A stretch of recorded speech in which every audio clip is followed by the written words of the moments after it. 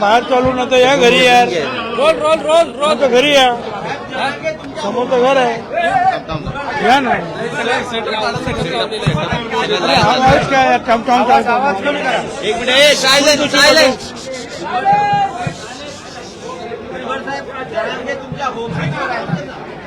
थांब ना जरा थांब ना. साहेब मंडलनामा या पुस्तकाच्या प्रकाशनासाठी तुम्ही आज या ठिकाणी पोहोचलात. काय तुमच्या आठवणी आहेत, कारण तुम्ही या संघर्षाचे स्वतः साक्षीदार राहिलेले आहात.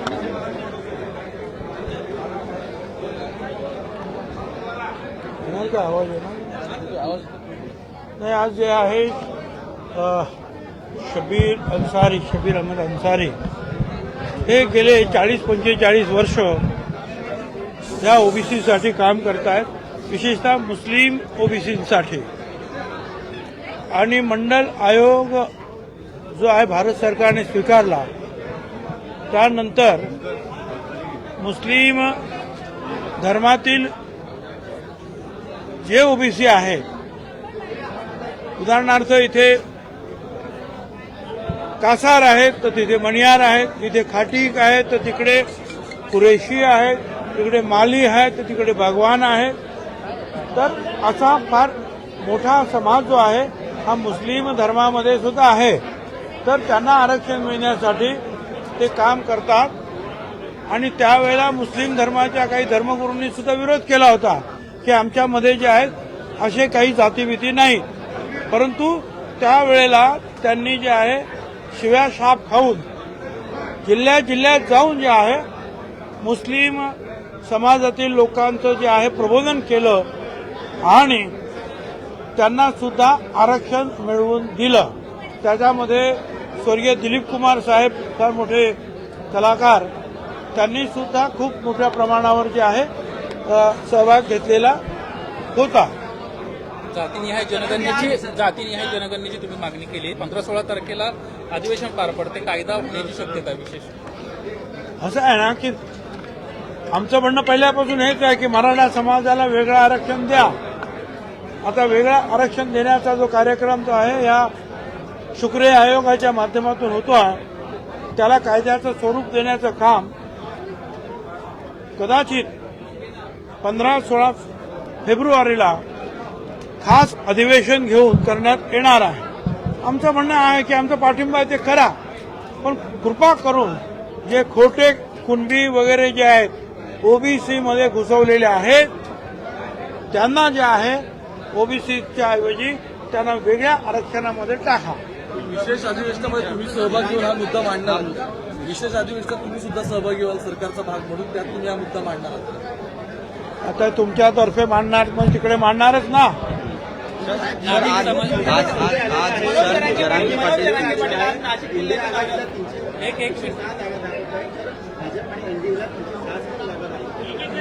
मुझे नहीं मालूम. मनोज जरांगे पाटील आज नाशिकच्या दौऱ्यावर आहेत आणि 10 तारखेच्या नंतर सरकारला पुन्हा अल्टिमेटम दिलेला आहे की त्याला काय नाही. तो असं आहे ना, जरांगे पाटील म्हणजे स्वतःला काय समजतो आणि काय नाही. प्रत्येक वेळा अल्टिमेटम काय इथे काय लोकशाही आहे का काय हुकुमशाही चाललेला आहे. सर पण ते म्हणतात लोक काम करतात. छगन भुजबळ हे राजीनामा देणारे नाहीत, राजीनामा घेणारे नेते आहेत जरांगे पाटील म्हणतात. त्या जरांगीला म्हणा जा ना विचार. तुम्ही म्हटलं का तुम्ही त्या एकनाथराव शिंदे मुख्यमंत्र्यांवर त्यांचं ऐकता ना, त्यांना विचारा काय झालं ते. मधल्या काळात तुम्ही नाभिक समाजाची जे मधल्या काळात वक्तव्य अहो, ते झालं चुकत होते. त्यांचं म्हणणं. काल सांगितलं ना, काल नाभिक समाजाच्या जेवढ्या संघटना आहेत तेवढ्या सगळ्या संघटनांनी जे आहेत पत्रकं काढून सांगितलं की आम्ही मिटिंगला रॅलीला हजर होतो आणि भुजबळ साहेब असं कधी म्हणालेले नाही की सगळ्याच महाराष्ट्रामध्ये अशा प्रकारचा जो आहे नाभिक समाजाने मराठा समाजावर बहिष्कार टाकावा. आणि असं कुठेही ते म्हणाले नाहीत. एका गावामध्ये एका नाभिक समाजाच्या माणसाने त्या मोबाईलवर काय म्हणतात त्याला ते काही पोस्ट टाकली, त्याच्यामुळे तिथल्या गावातील मराठा समाजाने असा आदेश काढला की या दुकानामध्ये केस कापायचे नाही. तेव्हा मी म्हटलं की असा जर बहिष्कार तुम्ही एकावर टाकत असेल तर बाकीच्या नाभिक बंधू जे असतील त्या गावातले मग त्यांनी सुद्धा सांगावं की तुम्ही जर त्याच्यावर बहिष्कार टाकला तर मग आम्ही तुमच्यावर बहिष्कार टाकू. आणि हे सगळ्यांनी मान्य केलं. सगळ्या ज्या संघटना आहेत त्यांनी काल पत्रकं सुद्धा काढली. पण एक दोन जे खोडसाळ लोक होते त्यांनी दहचा मा करून जे आहे सगळ्या महाराष्ट्रामध्ये एक वेगळं वातावरण निर्माण केलं की सगळ्या मराठ्यांचा अपमान झाला, सगळ्या नाभिकांना आदेश देण्यात आला. हे असं नाही, तो फक्त एका गावापुरता प्रश्न पण हा होता. गाव नेमकं कोणतं होतं, त्याचं काही नाव वगैरे आहे का असं? पाथर्डी त्या कुठलं तरी ते गाव होतं तुमचं. तुम्ही राजीनामा दिला आहे. आज राज्यपालांकडे शरद पवार यांचं चिन्ह आणि पक्ष काढून घेतल्यानंतर पुन्हा आम्ही नावासोबत आलेलो आहे. शरदचंद्र पवार यांच्या नावासोबत आम्ही पुन्हा नव्यानं आलेलो आहोत. रोहित पवार असं म्हणतात की पक्ष आणि चिन्ह काढून घेतल्यानंतर पुन्हा आम्ही शरद पवार यांच्या नावासोबत आलेलो आहोत. कसं पाहता? मला एक सिनेमा आठवतो. आता जर समजा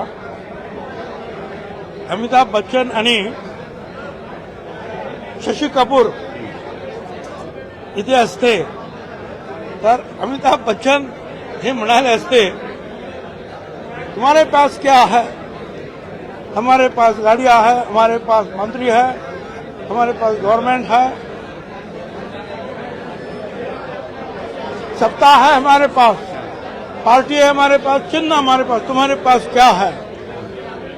तर शशी कपूर म्हणाले असते, हमारे पास शरद पवार है. एक महत्वाचा प्रश्न आहे. जरांगे पाटील उपासात्मक ही टीका करताना उपहासात्मक तुम्ही ही जी आता टीका केली त्या टीकेला धरूनच प्रश्न आहे. कुठला? की आता जी तुम्ही म्हटला की मेरे पास शरद पवार आहे, खरं तर ज्यावेळेस तुम्ही बाहेर पडला त्यावेळेस खऱ्या अर्थानं साथ देण्याचा प्रयत्न शरद पवारांनी केला होता, असं सातत्याने व्हिडिओ सोशल मीडियामध्ये राष्ट्रवादीकडून व्हायरल केलं होतं. गंमत जी आहे तेवढा पुरतीच घ्या ना. आता सिनेमामध्ये जे झालं होतं तर आता तुम्ही रोहित पवार म्हणता की तुम्ही सगळं घेतलं पण आमच्याकडे शरद पवार साहेब आहेत. तर त्यावेळेस त्या सिनेमातला एक जो सीन होता आणि शशी कपूर म्हणतो की मेरे पास माँ है, तसं हे म्हणाल की मेरे पास शरद पवार आहे आणि इनके पास सर आज जरांगे पाटील नाशिकमध्ये ते म्हणतात मंडल आयोगाला चॅलेंज करणार नाही, पण जर भुजबळांनी अध्यादेशाविरोधात भूमिका घेतली तर मात्र मंडळ आयोगाला चॅलेंज. तुझी हिंमत असेल ना, तू खरा पाटील असतील हां तर जरांगे तू मंडल आयोगाच्या विरुद्ध जे आहे संपवून दाखव मंडल आयोग. आणि एवढी तरी तुला अक्कल पाहिजे की तुला ओबीसी म्हणून आरक्षण पाहिजे आणि त्या ओबीसी आरक्षणाचा निर्माता हे मंडल आहे. मग तिकडे त्याला खलास करणार म्हणून सांगतो आणि मग इकडे कसं काय राहणार ओबीसी? एवढी सुद्धा अक्कल नाही त्या माणसाची. काय बोलायचं आहे? काय हो.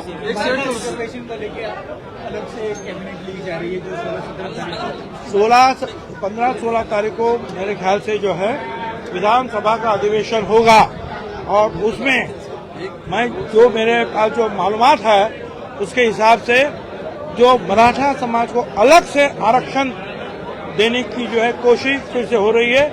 अलग से कानून बनाया जा रहा है और हम तो पहले से बोल रहे हैं कि भाई उनको अलग से आरक्षण दे दो मराठा समाज को, मगर बैकडोर एंट्री से जो है ओबीसी को उसमें मत घुसा.